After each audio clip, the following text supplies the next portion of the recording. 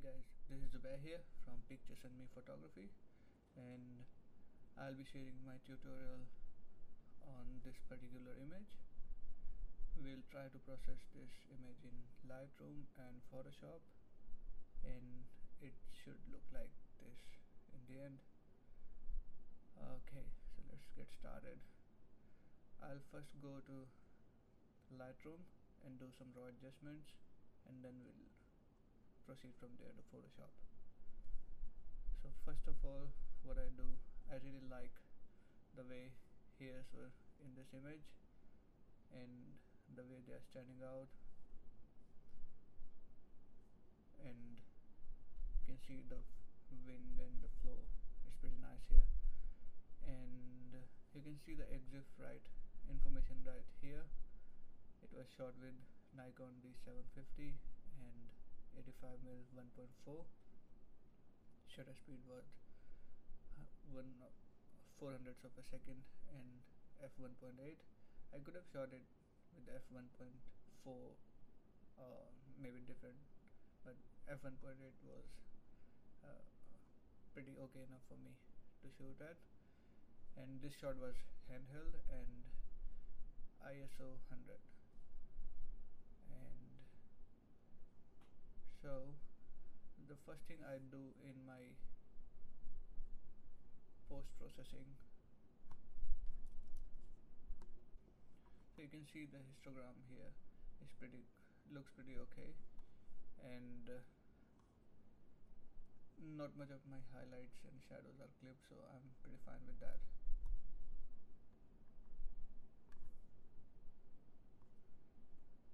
So I'll try to show some adjustments here. So first thing I do in my portraits is the profile adjustment. I'll select the portrait, camera standard. Camera standard, it's kind of a gives you more contrast, and there are few other adjustments like camera portrait, neutral. I tend to use different profile adjustments, but for this one I wanted a bit of a moodier image, so I selected camera standard. It's a bit contrasty, and once that is done, I just play around a bit with the hue saturation of blue and green channels. So you can see right away it gives you more punch in the hairs and this area, and I'll do some adjustment with the green channel as well.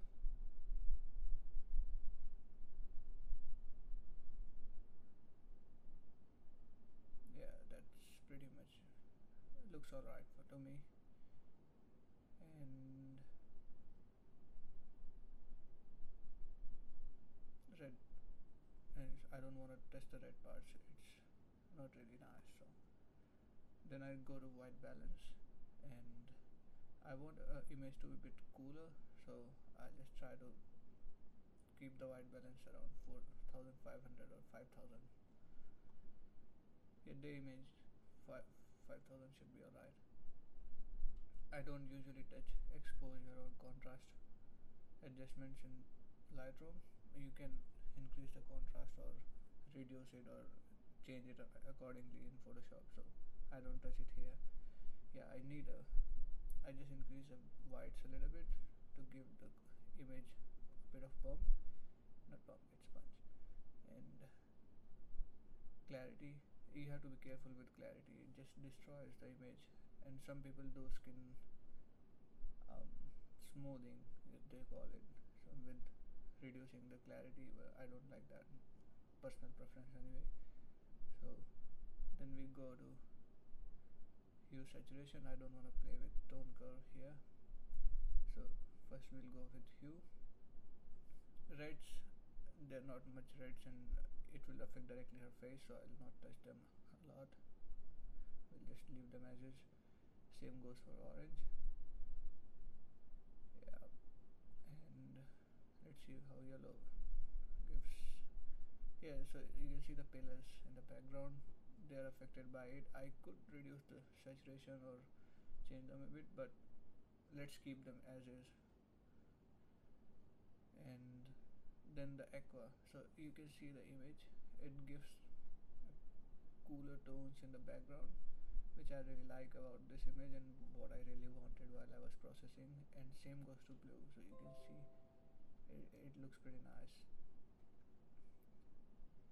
Yeah, and then purple and magenta, they are not really affecting anything, so just leave them as is. And same, I just wanted to reduce the saturation of these pillars in background, but it also desaturates the hair a little bit, so I'll just keep it subtle here.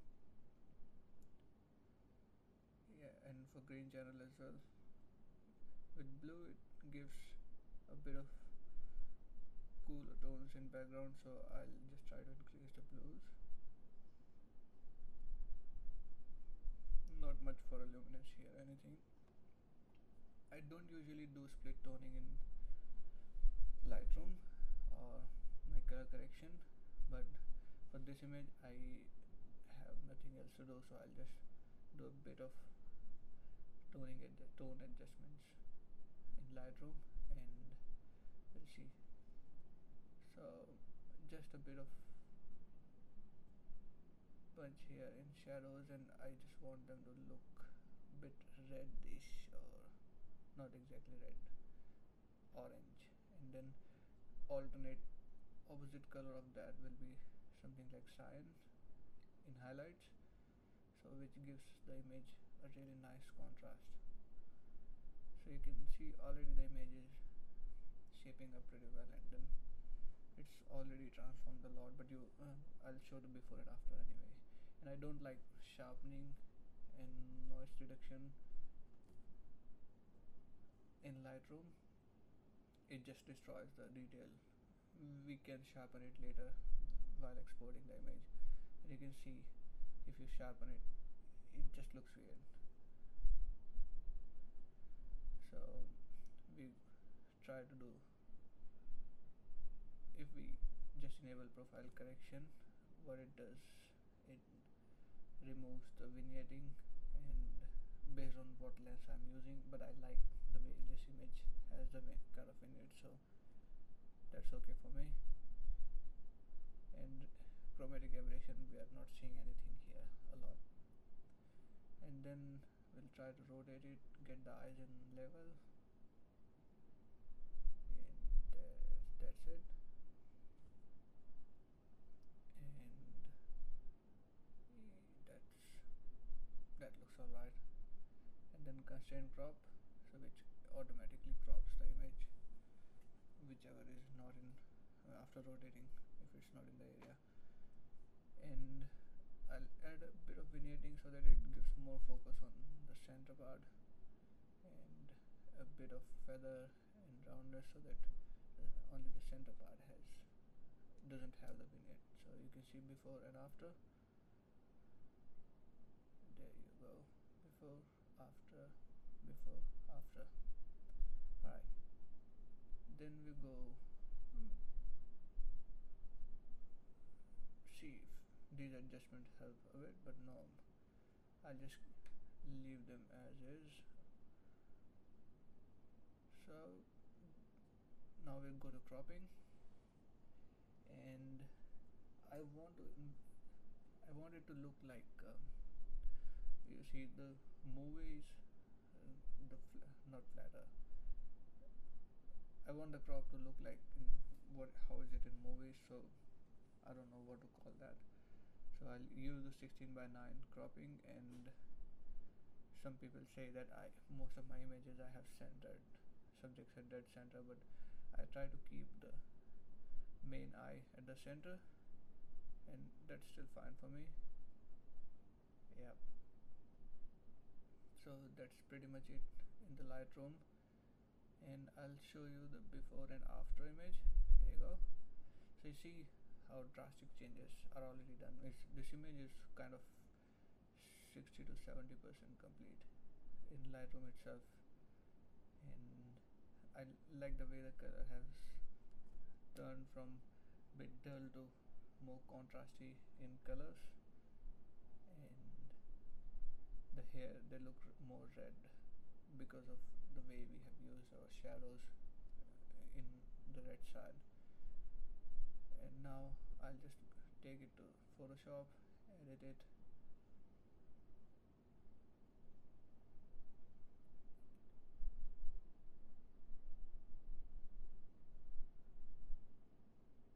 There you go. So first thing I like to do is clean up anything which might affect our image, or if we have any blemishes in the skin or background. So I try to fix them up. You can see not much but a few acne and then other things on the skin, so I'll just try to clean them up. Use the cleanup tool, and I like to use non-destructive way of processing, so everything is in layers, so that if you want to go back to the original image anytime, you can just do that.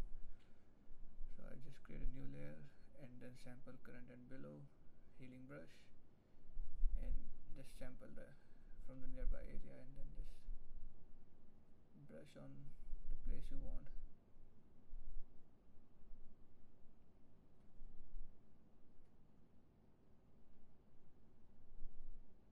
My system is so slow. It crashed 4 times, so I might have to record the voice later, or maybe sync it. I really don't mean. I processed first time half of the image and then it crashed. I had to redo it again in Lightroom and Photoshop. This is the third time I'm doing it. If this time it fails, I'm not gonna record this video, at least for this image. I'll be bored.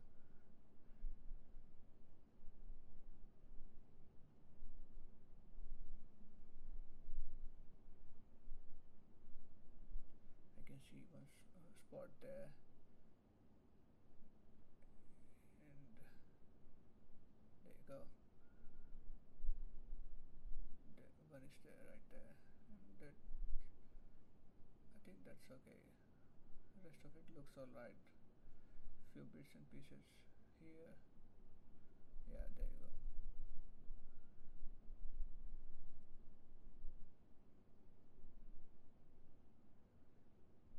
It is so slow, it's not even taking the clone or sampling from another area.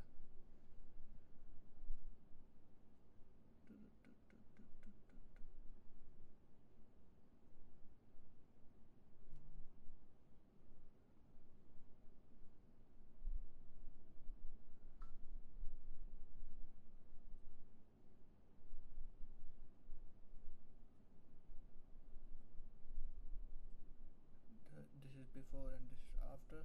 Before, after, so we have cleaned up a little bit here. Okay, so it again crashed, so I just had to restart. So now what I'm going to do is, once, because we have done our cleanup, now I'll create another layer, which is the merge of background and layer 1, and shortcut for that is Control Shift E in Mac. I'm not sure about the Windows, or you can just go to edit and find the option there. And I'll create a new layer, press Alt and new layer, and use the fill as soft light 50% gray. I'll name it as dodge and burn, and press OK. And now I'll use the brush tool with 5% opacity and 100% flow. It's not a rule, but it's more than enough for me. And we will use channel mixer layer just to, it's kind of a guide layer which will show which areas we need to dodge and burn. So it's everyone's personal preference. Sometimes I do this way, sometimes I use gradient map, so it's just the way you want to do it.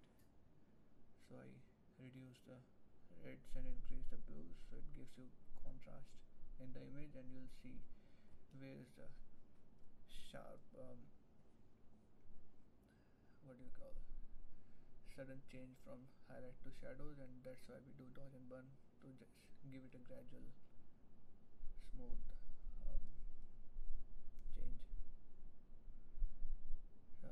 can see near the nose and near the eyes and then forehead we got kind of a patchy skin, so we'll try to use the brush tool and paint it there. It's 5% opacity, so it will be very low, just few strokes here there, and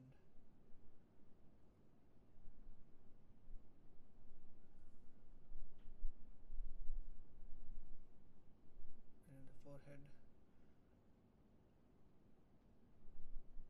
just a, yeah, that's about it. It's just to make the transition gradual, not very sharp, so that it looks like a patch.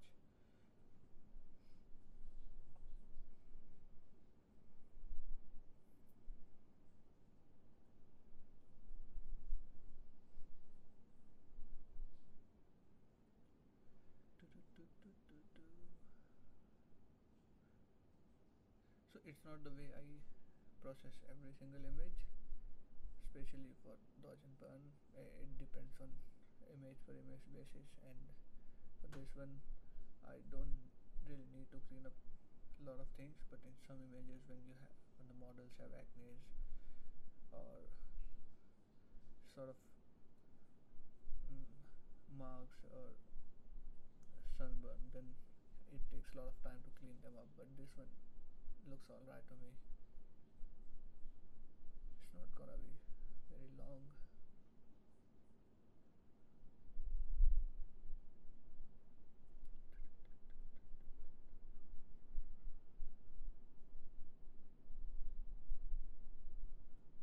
So once we are done with our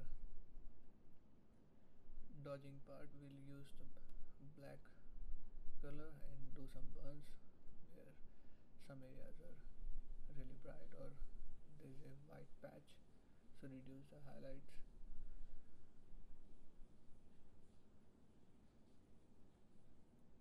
And just under the lips I can see there's a maybe because of lipstick color, or I'm not sure, so I'll just darken it a little bit so that it gives it a shape.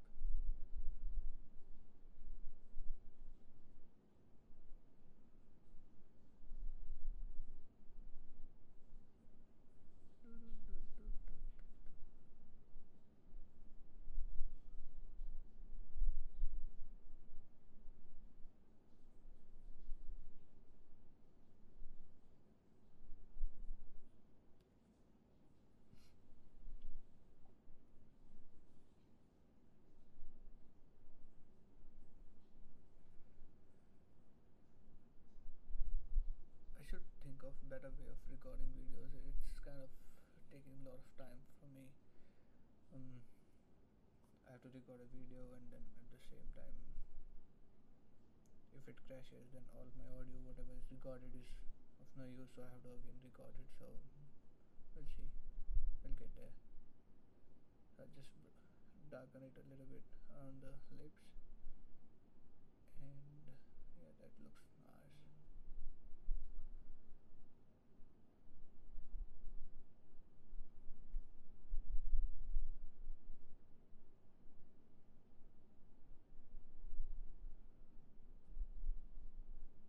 Yeah, that looks much better.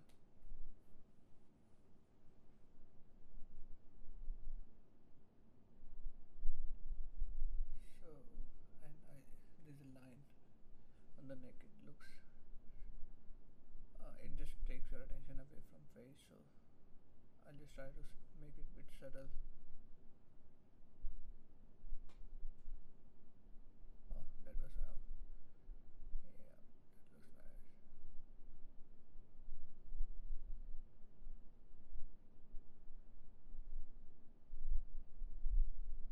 Dodge it a bit. Yeah, there you go.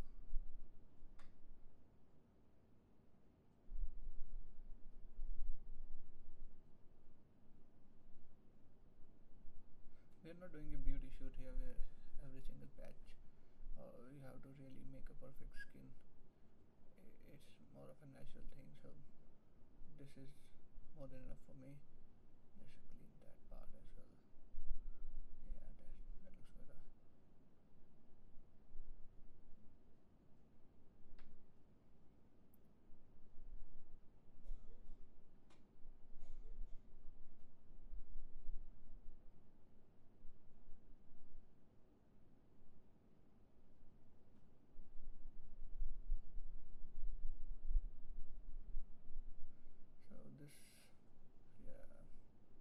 of done with dodge and burn. So this is before, after, before and after.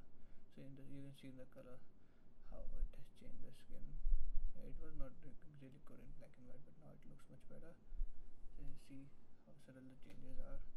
So already image is kind of complete here, but now we'll go, this part is done. Now I'll try to do some cheek contouring. I don't know whether that's a term, but this is the way makeup artists do. So it highlights the forehead, the 5 major areas where you have to dodge and burn. I learned this with few photographers the way by looking at their work. So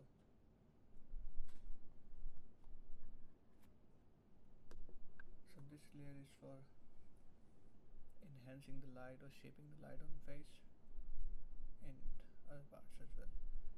So use the same soft light layer with 5% opacity and then just brush it around few areas to give more impact or light on certain features like chin and cheekbones, and then we burn on the other side.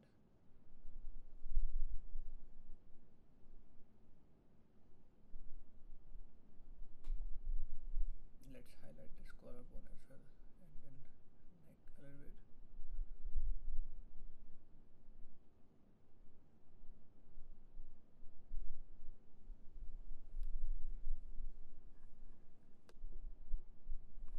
So that is pretty much it with this layer, and you can see it's already it has already changed the face a lot.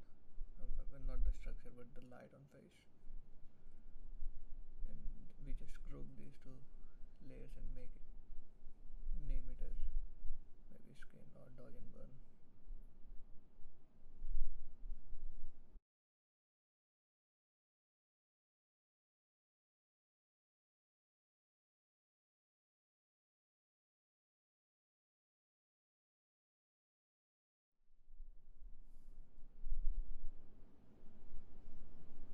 So it's before, it's after, before, after. Yep. Now we create another layer with all these things.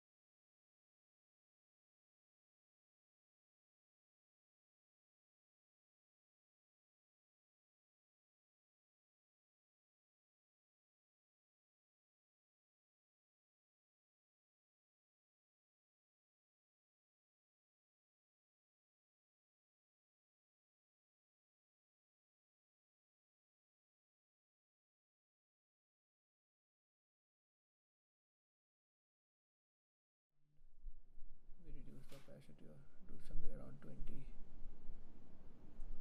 30, yeah. And then create an invert mask on this image, this layer,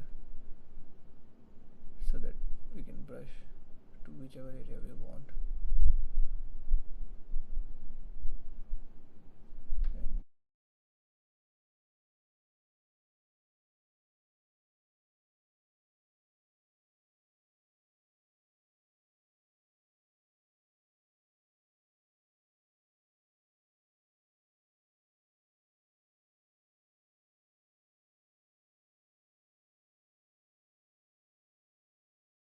use 70% opacity brush with white color and then just brush it on the eyes.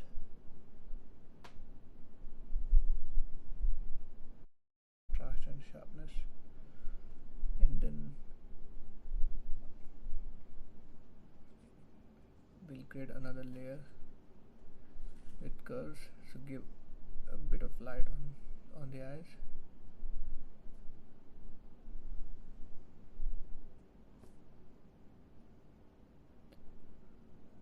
Before that, I can see this red mark on the eye, so we'll create a hue saturation layer to reduce that a little bit. Again, invert mask with this and just brush with 100% opacity.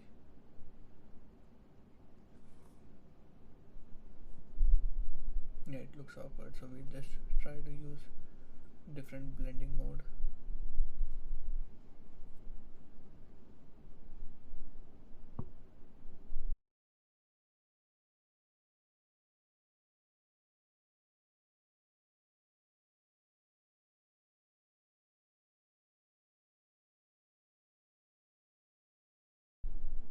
No, that's not good. Maybe screen. Yeah, that looks alright. Just reduce the opacity of this layer, and this is much better. So this is before, this is after.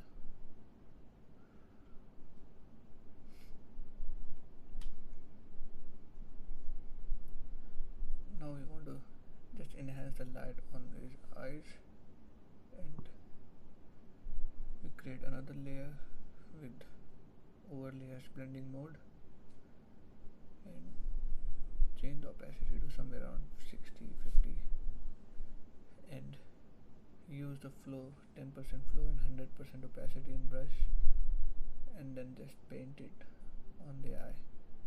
It just gives more punch.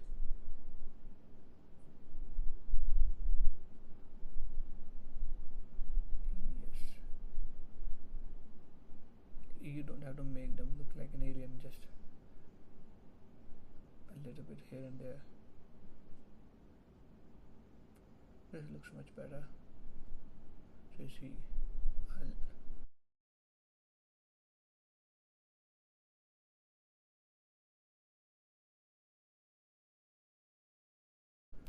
I'll just group these layers, and then we'll see before and after. This is before, this is after, and then let's group them all. Name it as eyes maybe, and let's see.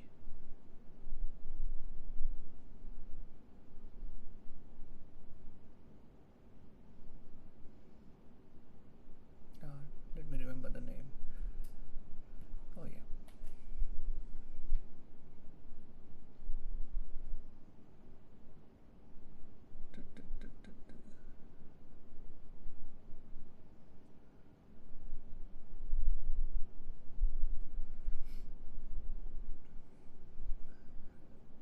Now these eyes look much appealing to me, and so then we go to most important part, the color toning and corrections.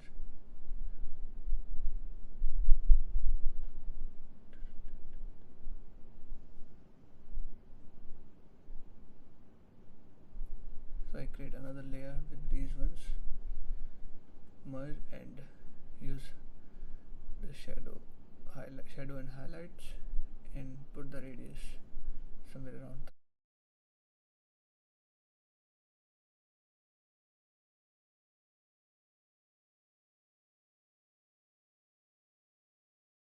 1000 for shadows and 1000 for highlights, and then black clip to somewhere around 1 to 4 based on every image.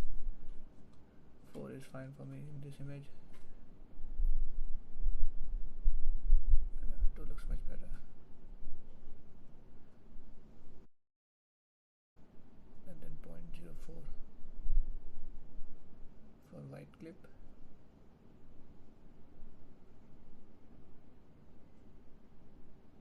So difficult to type in there. I want 0.04.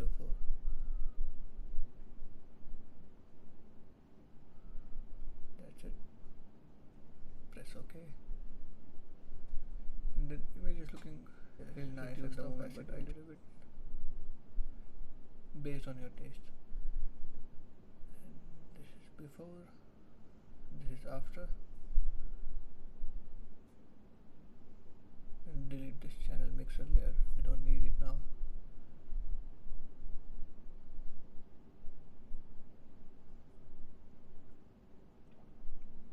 Now we go to color balance, and the way we do our color adjustments, it will shadows and highlights in color balance.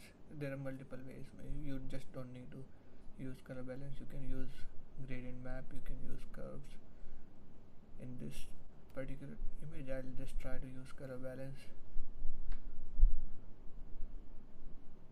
I want the hair and the dark part of this image bit on the red side, and blue is not really helping, so we're not changing much.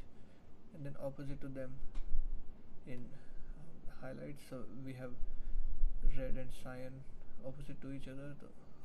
In our shadows it was red, we'll change it to cyan in highlights, so it gives you more color contrast between shadows and highlights.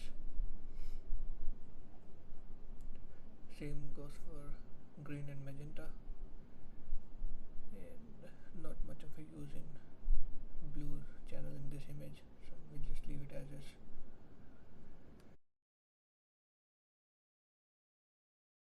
So there you go, this is before, this is after.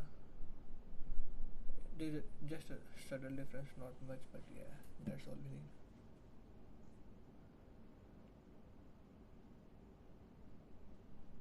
We call it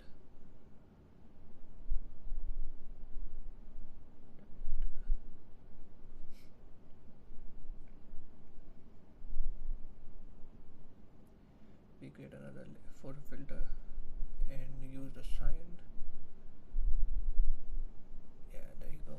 So that gives the image overall very cool tones or cold tones. And so it's already up to the mark where I like the image as is, and we don't need to do much adjustments, but we'll go and use this filter to be applied only on highlights, not on the shadows. So we'll use the apply image method on photo filter and use layer 5 as our base image.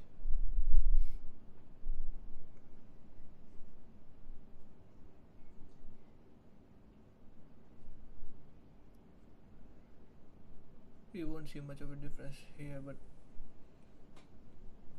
it's very subtle.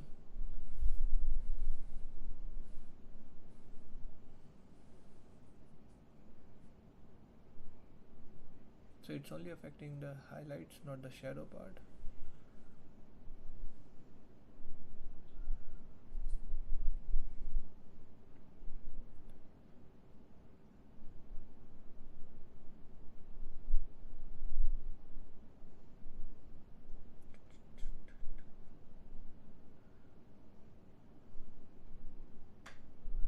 Now we create another layer with all these adjustments and use our HDR tool in Color Effects Pro, not Color Effects, it's HDR Effects Pro. It's a free tool from Google Nick collection, and it's handy sometimes.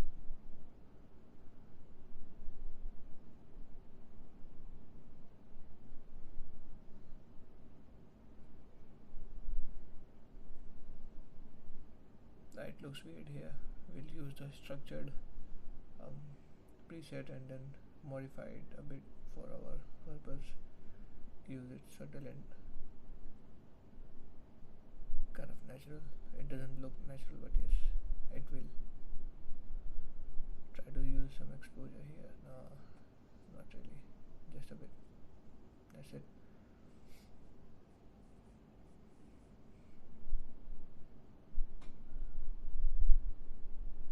This particular step you may or may not want to do. I just did it to get more detail in the background than the center image, so you'll see.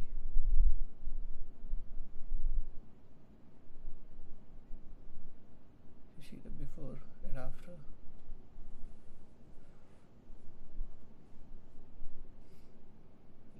Increase the opacity a little bit and mask the face out.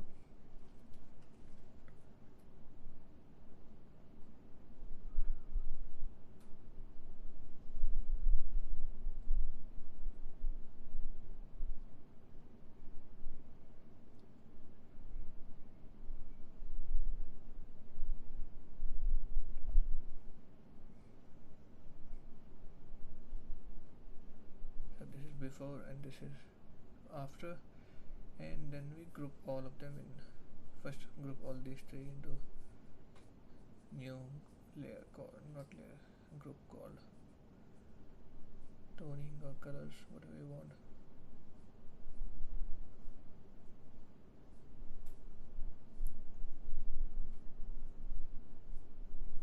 And then group them all in one to show how much we have edited and what's the before and after in Photoshop.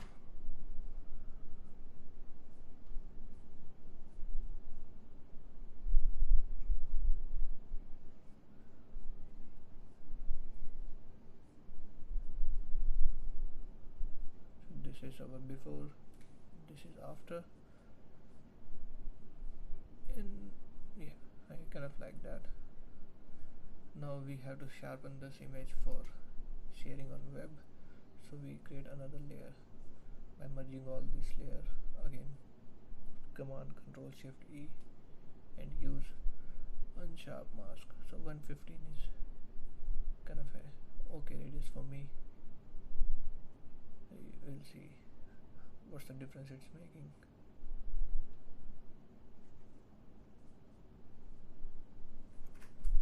So this is after sharpening, this is before. Yeah, don't see much of a difference in video.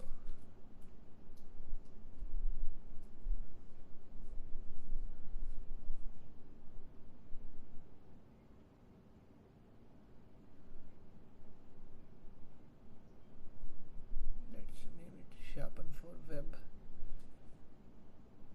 and put that in the same folder.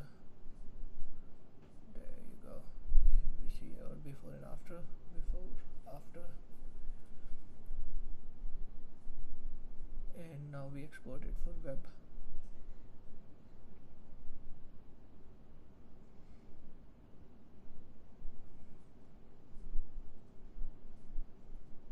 So I usually use image size 2100 on the longer size of the image.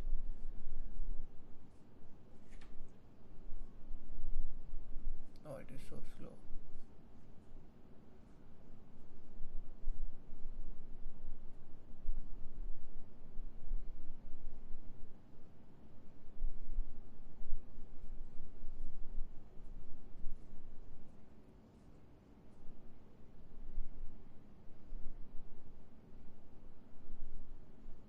It's gonna take some time.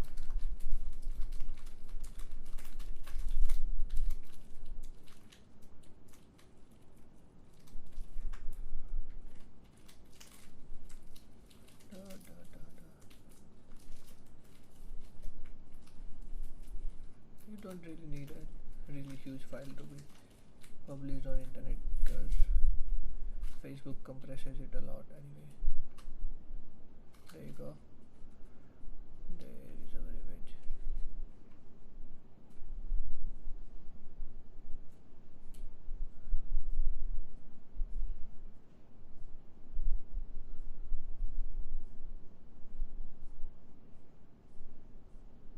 So this is our final image.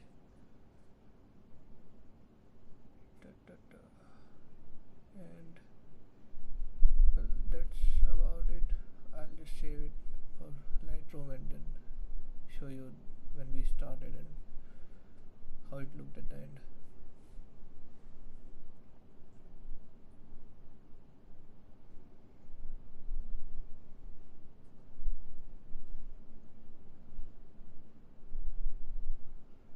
So this was our raw image before we started processing in Photoshop, and this is after. I see not much of a difference anyway.